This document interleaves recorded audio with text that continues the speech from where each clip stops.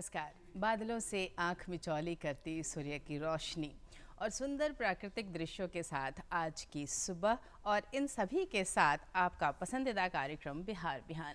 स्वागत आप सभी दर्शकों का कार्यक्रम बिहार बिहान में। आज का बिहार बिहान आपकी अपनी होस्ट निहारिका के साथ। आइए देखते हैं आज का सुविचार। कुछ ऐसा जीवन जियो जैसे कि तुम कल मरने वाले हो।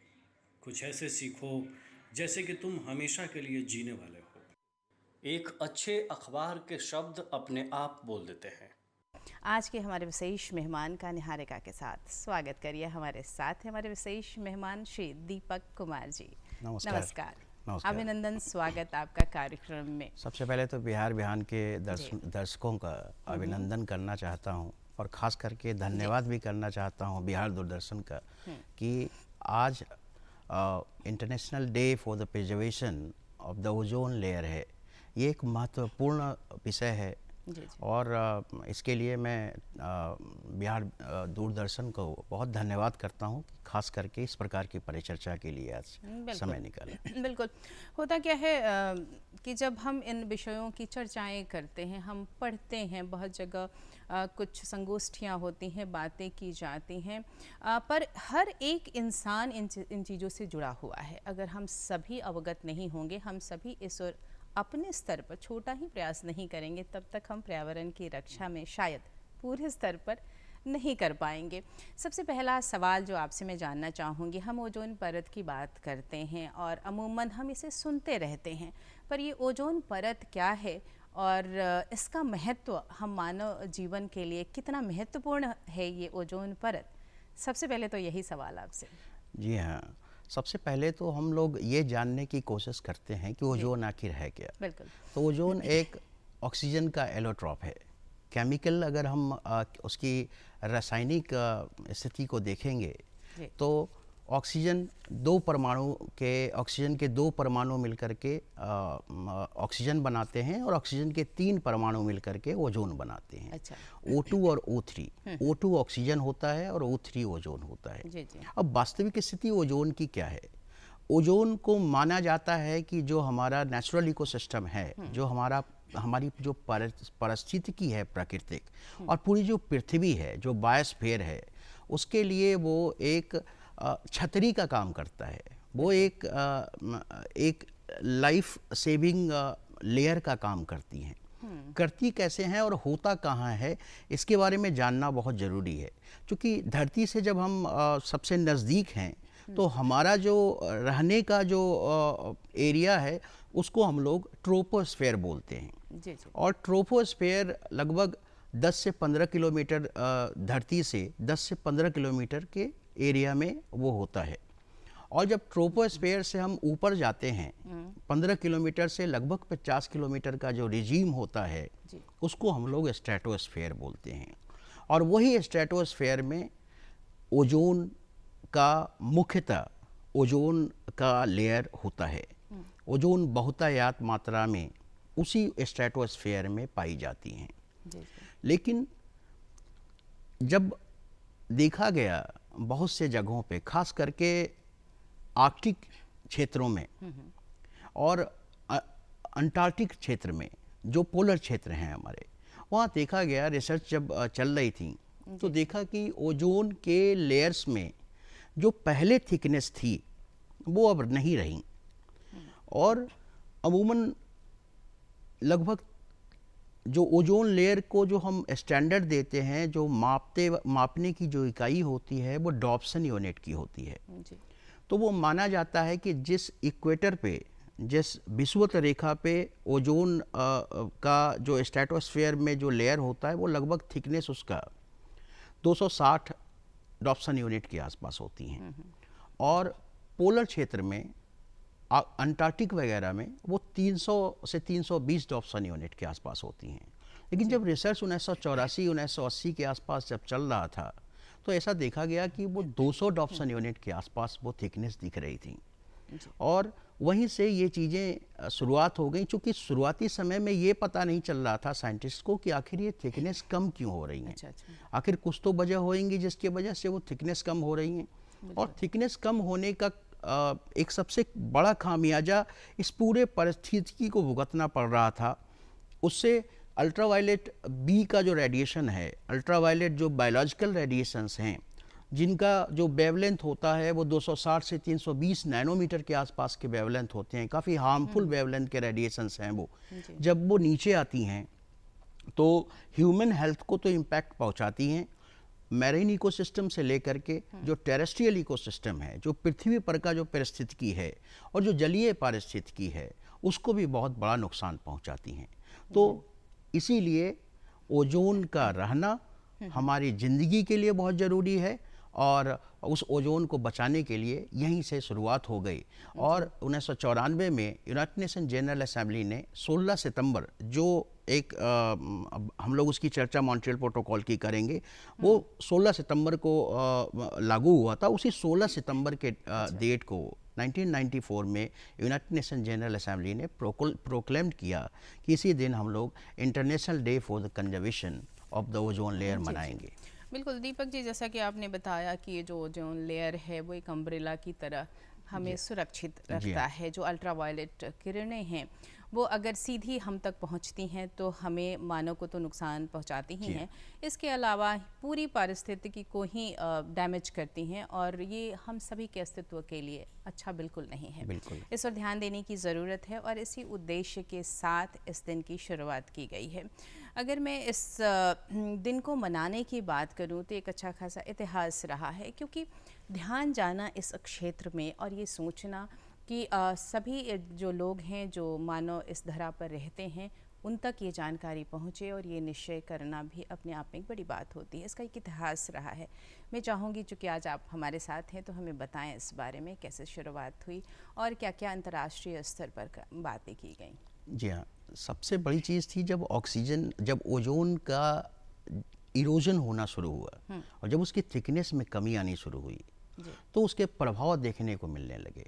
आँख में कैटरैक्ट आना, आँखों की रोशनी जाना, स्किन का कैंसर होना, इस प्रकार की चीज़ें खास करके ठंडे प्रदेश में जो अपर लैटिट्यूड वाले जो कंट्रीज़ हैं वहाँ पे जो खास करके जो फेयर स्किन पीपल हैं उन लोगों के अंदर जो सन बाथ लेते हैं वो ज़्यादा वल्नरेबल थे इस ओजोन डिप्लीशन के वजह से।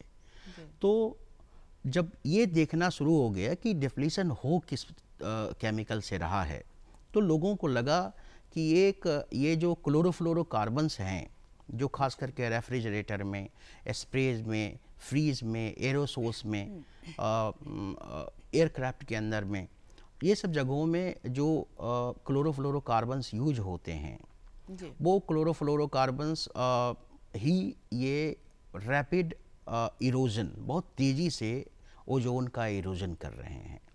1984 में ये बातें खुल कर के सामने आ गई। 1985 में एक वियना कन्वेंशन होता है। अच्छा। ओजोन को बचाने के लिए सबसे पहला कन्वेंशन वियना में होता है।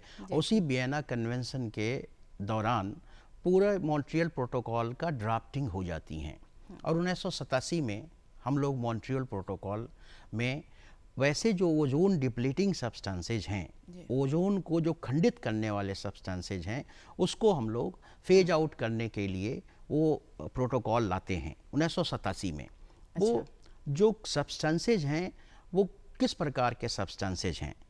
एक तो क्लोरोफ्लोरोकार्बन्स हैं। क्लोरोफ्लोरोकार्बन्स में हाइड्रोफ्लोरोकार्बन्स हैं, हाइड्रोक्लोरोकार्बन्स हैं। तो उस प्रकार के जो सब्सटेंसेज हैं उसमें खास करके वो सारे जो हैलोन्स हैं, चाहे वो ब्रोमीन हो, फ्लोरीन हो, क्लोरीन हो, उस प्रकार से हैलोन्स कंपाउंड्स, उसमें ब्रोमीन वाला जो कंपाउंड है, जो ब्रोमीन कंपाउंड्स हैं हैलोन्स में, वो ब्रोमीन कंपाउंड्स बड़े घातक हो रहे थे। और उसका रेफ्रिजरेटर वगैरह में उस समय के समय में एसी वगैरह में, फ्रीज वगैरह में काफ़ी मात्रा में यूज हो रहा था। तो इमीडिएटली उस प्रकार के ऐसे 100 सब्सटेंसेस उन लोगों ने अलग अलग कैटेगरी बनाई और चूंकि ये इसलिए बहुत ज़्यादा हार्मफुल थे कि ये तो रिलीज हो ही रहे थे और साथ में जिनकी जो हाफ लाइफ थी, जो आज रिलीज हो गया तो उसके 50 सालों बाद, 100 सालों बाद, 150 सालों बाद, 200 सालों बाद तक उनका इम्पैक्ट होता रहेगा अगर आज हम रोक भी लेते हैं उसको तो उस प्रकार से ये हैलोन्स निकलता गया और वहाँ से शुरुआत हो गई कि भाई हमें रोकना है। कौन से और ऐसे प्रयास किए गए?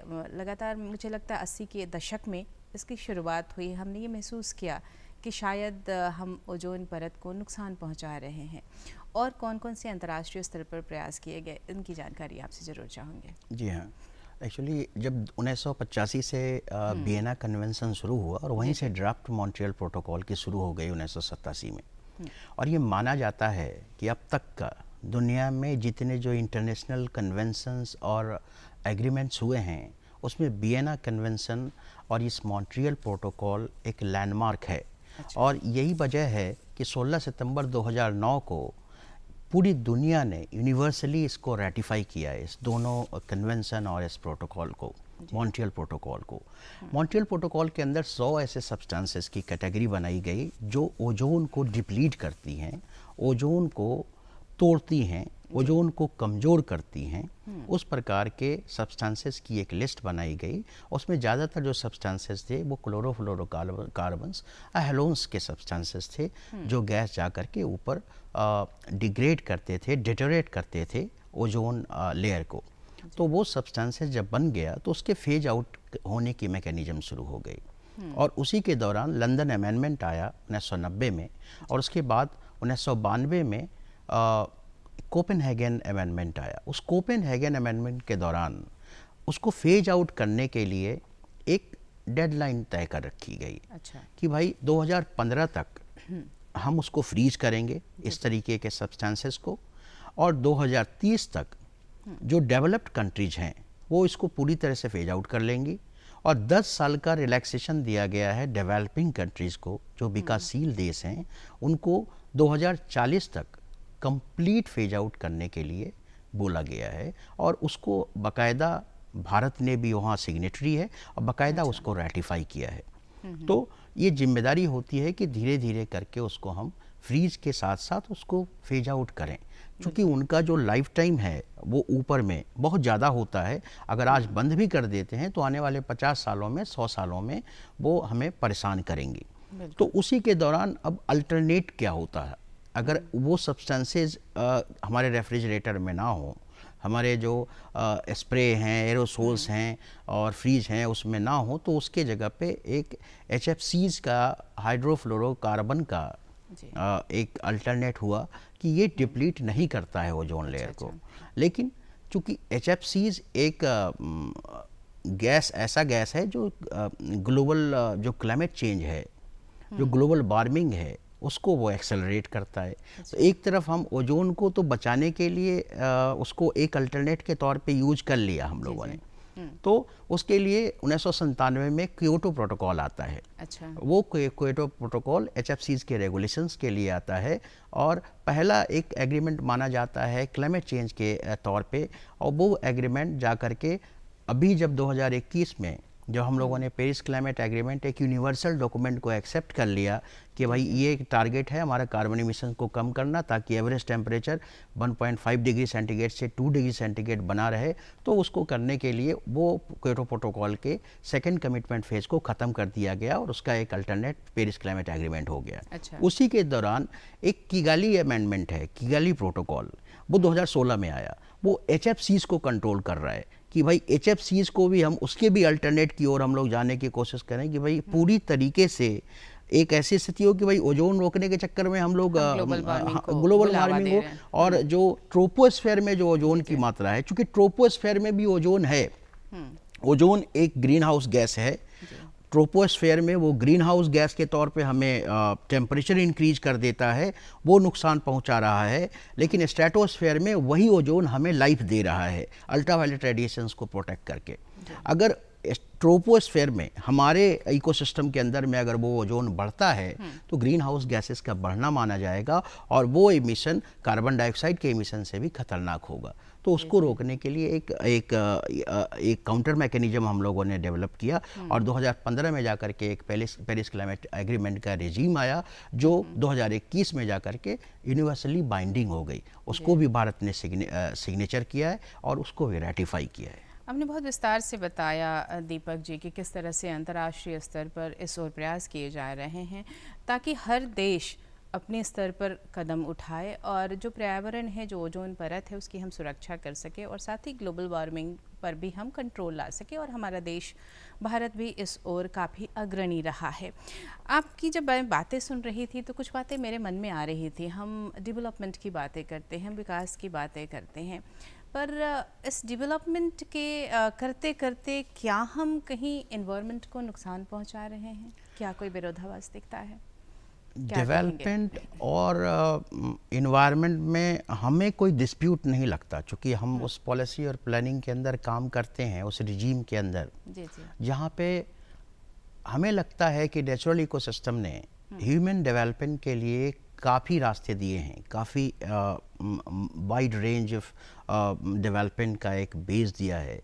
लेकिन वो डेवलपमेंट हम अपने लिए, चूँकि विकास तो हम अपने लिए कर रहे हैं, तो उस स्थिति में हमें ये भी देखना होगा कि जो प्राकृतिक पारिस्थितिकी है और जो दूसरी जैव विविधताएं हैं, क्या हम उनको छोड़ देंगे? क्योंकि हम उसी आहार श्रृंखला के हिस्से हैं, उसी फूड चेन, उसी फूड वेब सिस्टम में हम लोग हैं।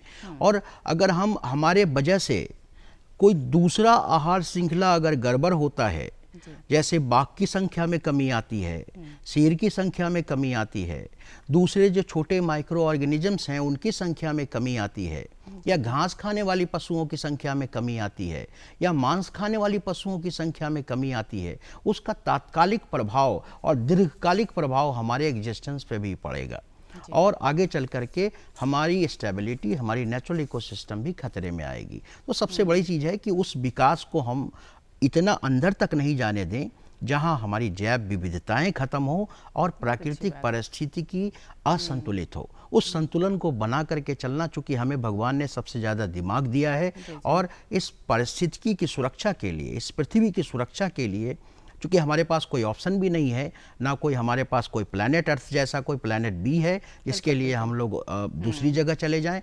इसी पृथ्वी पे रहना है, इसी पृथ्वी की जैव विविधताओं को बना के रहना है, उसी पारिस्थितिकी के अंदर रहना है। तो जाहिर सी बात है विकास, हम उस संतुलित विकास की तरफ जाएं, उस सस्टेनेबल डेवलपमेंट, सतत विकास की तरफ जाएं जहां सब एक दूसरे को डिस्टर्ब ना करें, अपसेट ना करें। जो बैलेंस बना हुआ है वो बरकरार रहे। और आपने जिक्र किया सस्टेनेबल डेवलपमेंट गोल्स का, तो अगर मैं उसका जिक्र करूं तो छठा या सातवां जो गोल है या फिर 13, 14, 15 जो गोल बनाए गए हैं वो कहीं ना कहीं इन्हीं सारी बातों को नज़र में रखते हुए बनाए गए हैं और बड़े अहम होते हैं हमारे लिए, क्योंकि हम सभी को अपने स्तर पर प्रयास करने की ज़रूरत है और विश्व स्तर पर इसमें प्रयास किए भी जा रहे हैं। मैं थोड़ी जानकारी इन सस्टेनेबल डेवलपमेंट गोल्स के बारे में भी जानना चाहूँगी जो खासकर पर्यावरण से जुड़ी हुई। ये बहुत महत्वपूर्ण बात है मैम। सबसे बड़ी ज़रूरी चीज़ है कि 2015 जब आया तो 3 चीज़ों को लेकर के आया, बड़ी महत्वपूर्ण चीज़ें, 3 चीज़ें आई उस समय। 2015 में ही पेरिस क्लाइमेट एग्रीमेंट आया, 2015 में ही ये सस्टेनेबल डेवलपमेंट गोल्स आए जो लगभग 17 गोलों पे आधारित 17 जो थीमेटिक एरियाज थे, उसको 2015 के पहले एक मिलेनियम डेवलपमेंट गोल्स होता था, उसको हम लोगों ने बदल के, वो 7 गोल होते थे, उसको बदल करके 17 अलग अलग एरियाज में वो डिवीज़न किया। उसमें जो महत्वपूर्ण, जो ये 17 में से जो सबसे महत्वपूर्ण गोल है आज के दौर में, वो क्लाइमेट एक्शन है, गोल नंबर 13 जी। और एक गोल है गोल नंबर 6 जिसमें हम लोग पोर्टेबल ड्रिंकिंग वाटर की बात करते हैं। पूरी दुनिया में जल की स्थिति सबसे छिपी हुई नहीं है। जल संकट पूरी दुनिया के लिए सबसे गहरा संकट है और आज हमारे ये कहने में हमें कोई भी परेशानी नहीं है, क्योंकि 2018 में हमारी जो नीति आयोग है उसकी एक रिपोर्ट है कि हमारे पास आगे आने वाले 2020 में 2020 तक की ऐसी रिपोर्ट थी कि जो 4 मेट्रोज हैं, दिल्ली, हैदराबाद, चेन्नई, बेंगलोर, ये चारों के चारों मेट्रोज के अंदर रन आउट हो जाएंगे, जीरो वाटर जोन हो जाएगा, अंडरग्राउंड वाटर लेवल बहुत कम हो जाएगा और 2040 आते आते हमारी 40%, 2030 आते आते हमारी 40% की अंडरग्राउंड वाटर डिप्लीशन हो जाएगी। तो वाटर का खतरा बहुत ज़्यादा है, क्योंकि हम लोगों ने पूरी दुनिया के अंदर सबसे ज़्यादा वाटर इकोसिस्टम को नुकसान पहुंचाया है। तालाबें ख़त्म हो गई है, कुआं ख़त्म हो गया है, पौंड ख़त्म हो गया है। तो उसके लिए गोल नंबर 6 है, जो लोगों को कैसे हम रिजुवेनेट करें, कैसे उस इकोसिस्टम को रीस्टोर करने की कोशिश करें। और बिहार सरकार जल जीवन हरियाली जैसी एक बड़ी एम्बिशियस एक प्रोग्राम चला रही हैं। 2015 के बाद एक पेरिस क्लाइमेट एग्रीमेंट आता है, जहाँ पे कार्बन इमिशंस को कम करने की बात होती है। जब कार्बन इमिशंस कम करने की बात होती है और हमारा देश भी जाकर के बोलता है कि 2030 तक हम 33 से 35% कार्बन डाइऑक्साइड को कम करेंगे, तो कम करने के लिए हमारे पास ऑप्शन क्या हैं? कोल बेस्ड इंडस्ट्रीज, जो coal based thermal power station चल रहे हैं, उसको फेज आउट करने की कोशिश करेंगे, या टेक्निकली उसको बहुत एडवांस करने की कोशिश करेंगे।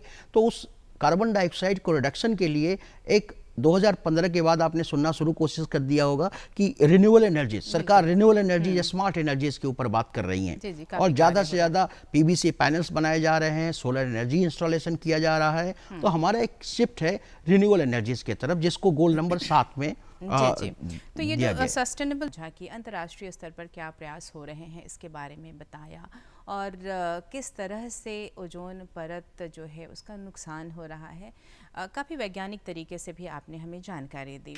जो ये पृथ्वी है और जो ये ओजोन परत है, वो हम सबके लिए ज़रूरी है, तो ज़ाहिर तौर पर प्रयास हमारे स्तर पर भी अपेक्षित है।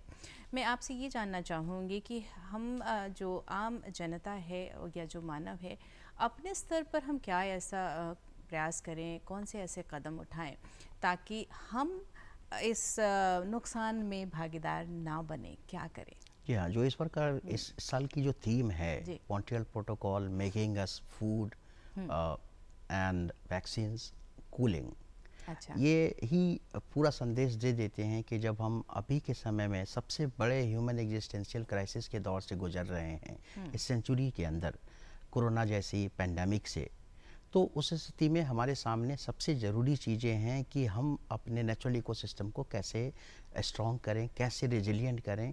और नेचुरल इकोसिस्टम अगर बहुत ज़्यादा स्ट्रॉन्ग रहेगा, परिस्थिति हमारी बहुत स्ट्रॉन्ग रहेगी, तभी वो हमें बचा पाएंगी। और हम उसमें कैसे सहयोग कर सकते हैं? हरियाली का कोई विकल्प नहीं है।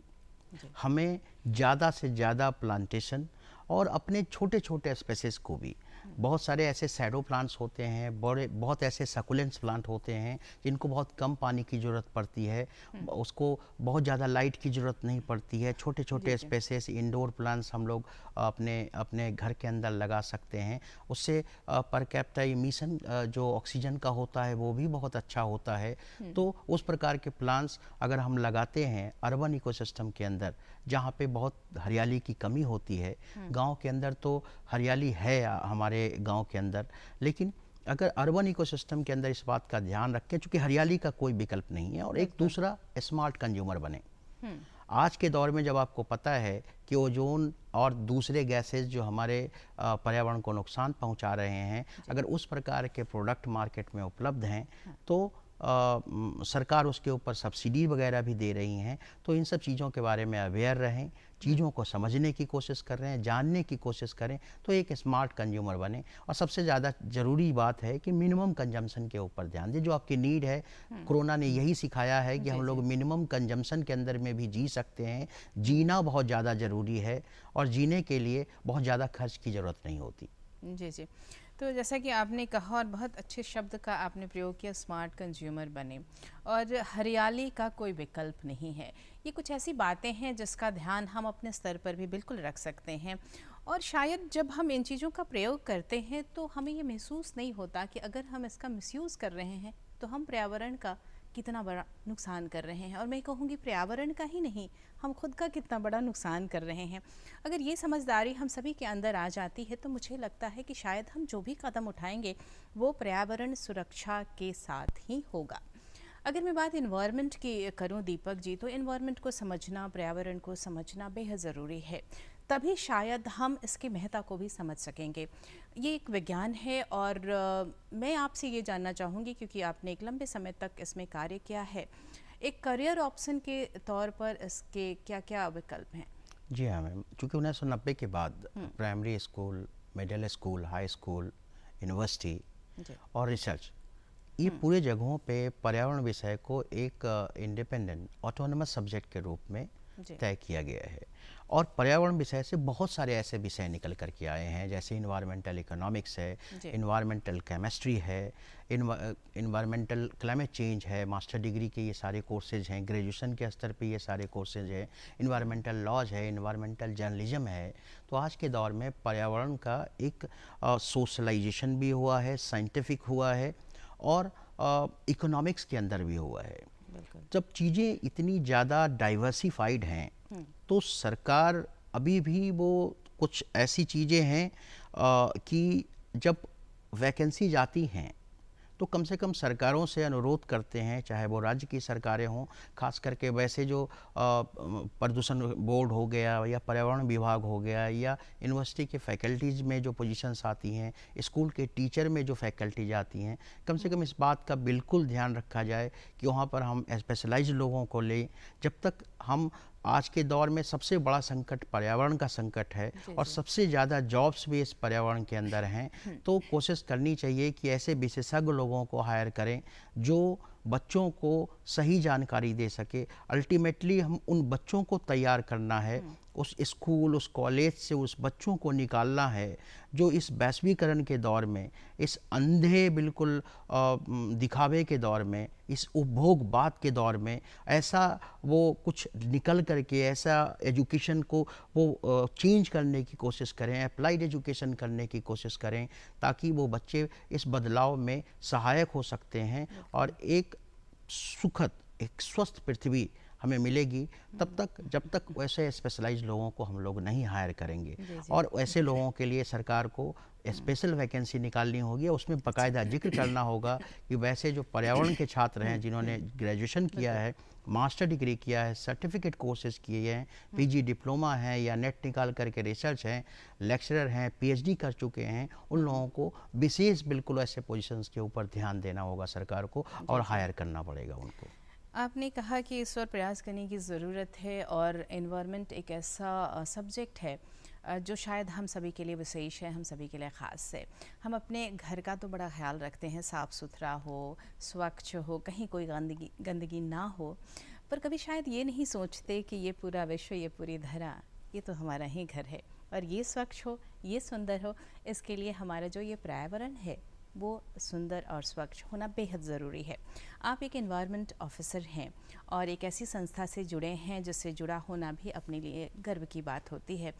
आपकी क्या जवाबदेहियाँ होती हैं और कैसे कार्य करते हैं एनवायरनमेंट को प्रोटेक्ट करने के लिए, जो पॉलिसीज़ हैं, जो प्लानिंग है आपकी? जी हाँ, जो पॉलिसीज़ इन बातचीत के दौरान जिन बातों को जिक्र किया मैंने, वो सारे हमारे कार्य के क्षेत्र के अंदर ही आते हैं।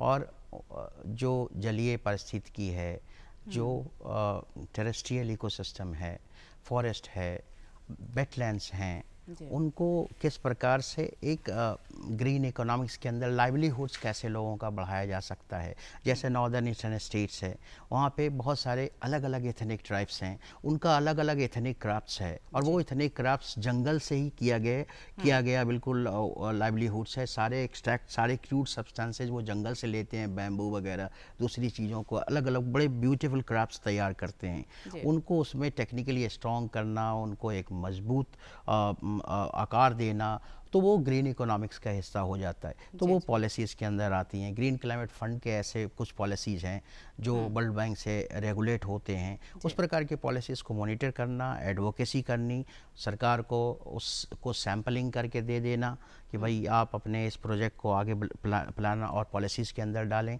और जो SDG के जो कार्यक्रम चल रहे हैं, खास करके जो एनवायरनमेंट से रिलेटेड हैं, उनको लगातार देखना, सरकार को उसमें एडवाइजरी देना, ये सारे काम हमारे हैं। जी जी, जैसा कि आपने बताया और आप एक एनवायरनमेंट ऑफिसर के तौर पर कार्य कर रहे हैं और जो विविधताएं हैं आपके कार्य में वो सारी की सारी जुड़ी हुई हैं हमारे पर्यावरण से।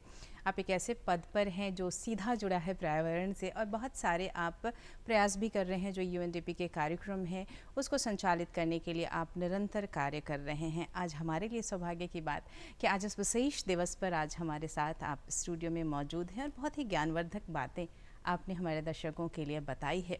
आपका बहुत बहुत धन्यवाद कार्यक्रम में शरीक होने के लिए। धन्यवाद। नमस्कार। और दर्शकों, आज का जो ये कार्यक्रम था वो विशेष तौर पर आधारित था ओजोन परत की सुरक्षा के लिए। हमारे पास जानकारी हो ये बेहद ज़रूरी है और यही जानकारी तो हम आपके लिए लेकर आते हैं। और मैं आपसे ये कहूँगी कि क्यों ना हम स्वेच्छा से ही अपनी जो उपभोगवादी प्रवृत्ति है उसको त्यागें और अपनी पृथ्वी को शस्य श्यामला, सुंदर और सभी जीवों के लिए सुरक्षित और रहने योग्य बनाएं। तभी तो हम ओजोन परत की सुरक्षा भी कर पाएंगे, अन्यथा ये संभव नहीं है। छोटे छोटे प्रयास भी बड़ी सुंदर धरा का निर्माण कर सकते हैं और ये खूबसूरत धरा, हमारा ये सुंदर घर जब हमारे साथ होगा तो हम सभी का जीवन भी सुखमय रहेगा। अपनी खुशी की भी बात आपसे कर लूँ। हमारी खुशी इस बात में है कि आप जब हमारा ये कार्यक्रम देखते हैं तो आपको ये कार्यक्रम कैसा लगता है, ये हम आपसे जानना चाहते हैं। और इसके लिए आपको नोट करना पड़ेगा हमारा पता। हमारा पता है कार्यक्रम बिहार बिहान, निदेशक डीडी बिहार, दूरदर्शन केंद्र पटना, फ्रेजर रोड पटना 800001। हमारा ईमेल आईडी है director@gmail.com।